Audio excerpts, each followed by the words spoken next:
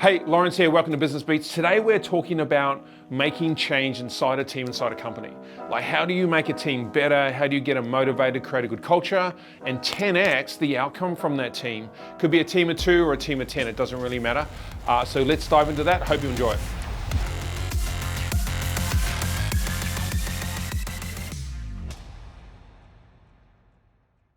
Okay, so how do you rebuild a team from scratch? So this week inside one of our companies, two of our companies actually, we have an operations team. So I hope they don't mind me talking about this and putting this online. But hey, transparency and honesty inside the team is really critical, right? We've been talking a lot about that. So how do I rebuild a team and make it effective and make it productive? So here's a couple of strategies that I'm rolling out with the team to do so in the shortest amount of time. So in my mind, I'm trying to figure out how I take a low performing team and turn it around to a high performing team in 30 days. Yeah, in 30 days, it's pretty difficult. Here's what I'm gonna start with. I wanna just get an assessment of everybody to see how they're going, how they're feeling, because that's attached to culture. I need to figure out what everyone's doing, so I've done that. So what do you do every day? Like what's the process of your day and what do you do in a week? The next thing I do is I look at the numbers. Now the numbers will tell you everything. The humans will tell you one thing and the data says another. Try and make decisions based on data, but get the human involved in it because the human is the team. And I think that's really important. Like you don't want to go into a team and be all brash. You want to go into a team and motivate, support and help, right? Because you want them to be successful. Well, I do, that's my game, right? If I can change a couple of people in the team and make them successful and they feel really fulfilled, and when they leave the end of the day, they said, hey, I achieved a lot today.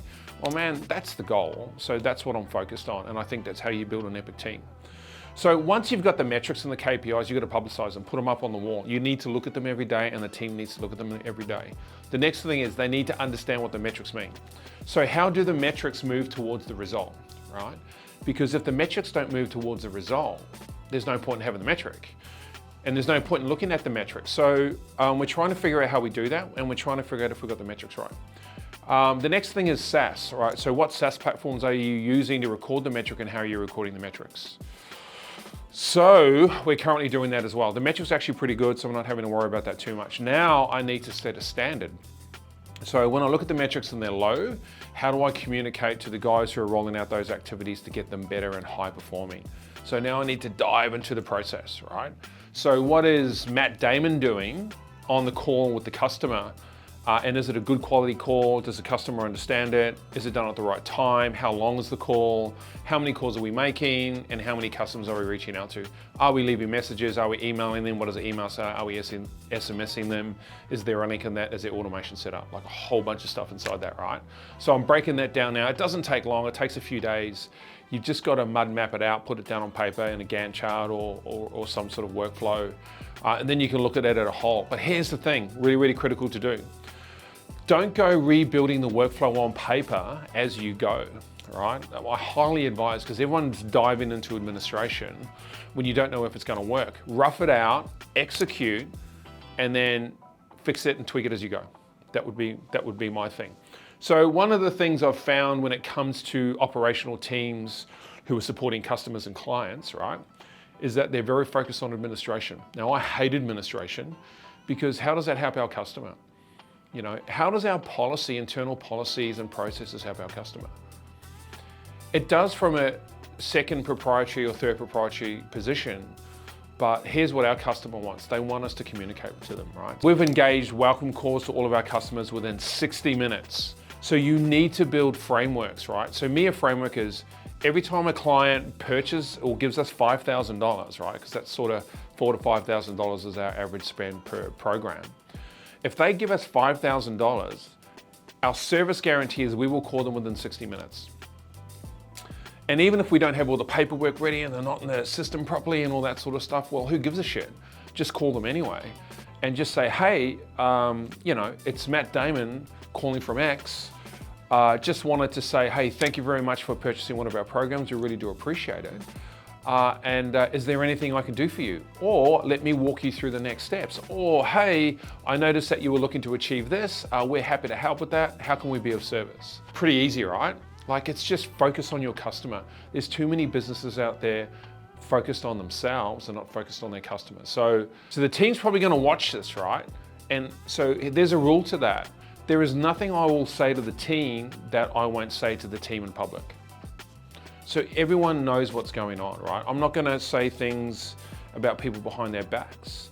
I'm gonna be transparent with the team. I'm gonna get the team involved and I'm gonna get them to multitask and be part of all the decision-making processes. Yes, someone has to lead it, I get it. You gotta lead it, right? Someone has to be in charge. There has to be a chief and commander, right?